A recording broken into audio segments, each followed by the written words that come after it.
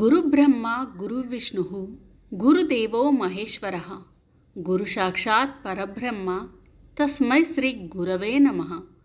ఈ శ్లోకం అందరికీ తెలుసు. కానీ ఈ శ్లోకం ఎలా పుట్టింది?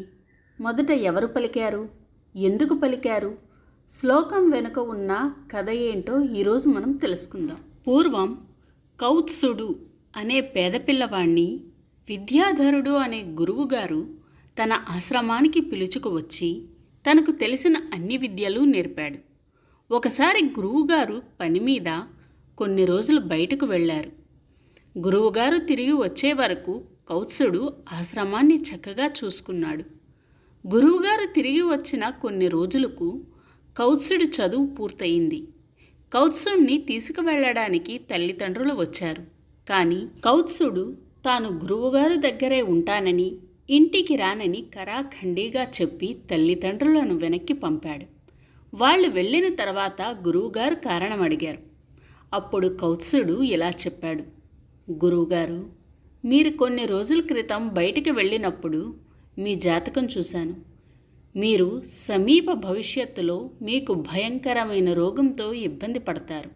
అందుకే మిమ్మల్ని వదిలి వెళ్ళలేను అని చెప్పాడు. జాతకం ప్రకారం కొన్ని రోజులకు గురువుగారికి క్షయరోగం వచ్చింది. ఆ కాలంలో క్షయకు సరి అయిన చికిత్స లేకపోవడంతో కాశీకి వెళ్ళి దాన ధర్మాలు, పుణ్యకార్యాలు చేయాలని గురు శిష్యులు కాశీకి వెళ్ళారు. గురువుగారి రోగం చూసి కాశీ ప్రజలు వీళ్లను అసహించుకున్నారు. కానీ కౌత్సుడు గురువుగారికి సేవలు చేస్తూనే ఉన్నాడు.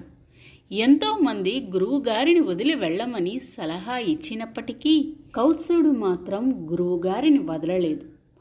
కౌత్సుడి యొక్క గురుభక్తికి మెచ్చిన త్రిమూర్తులు అతన్ని పరీక్షించాలనుకున్నారు. మొదటగా బ్రహ్మం మారువేషములో వెళ్ళి గురువును వదిలేయమని సలహా ఇచ్చారు. కౌత్సుడు బ్రహ్మ చెప్పిన మాటలు వినలేదు. రెండవసారి విష్ణువు మారువేషంలో వచ్చి సలహా ఇచ్చినా కూడా కౌత్సుడు వినలేదు. మూడవసారి చివరికి పరమేశ్వరుడు వచ్చి చెప్పినా కూడా వినలేదు. కౌత్సుని యొక్క గురుభక్తికి మెచ్చిన పరమేశ్వరుడు ఏమైనా సహాయం కావాలా అని అడిగాడు. మరెవరూ గురువుగారిని వదిలేయమని నాకు సలహా ఇవ్వడానికి రాకుండా కాపలా కాయమన్నాడు కౌత్సుడు.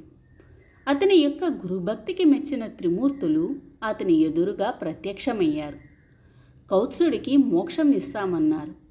అప్పుడు కూడా కౌత్సుడు వారితో, నాకు మీ గురించి చెప్పి ఈరోజు మీరు ప్రత్యక్షం కావడానికి కారణమైన నా గురువే నాకు బ్రహ్మ, నా గురువే నాకు విష్ణువు, నా గురువే నాకు మహేశ్వరుడు, మీరు సాక్షాత్కారం కావడానికి కారణమైన నా గురువే నాకు పరబ్రహ్మ అని అర్థం వచ్చేలా గురు బ్రహ్మ గురు విష్ణు గురుదేవో మహేశ్వర గురు సాక్షాత్ పరబ్రహ్మ తస్మై శ్రీ గురవే నమః అనే శ్లోకం చెప్పాడు కౌత్సుడు. తన గురువుగారికి మోక్షం ప్రసాదించమని త్రిమూర్తులను వేడుకొన్నాడు.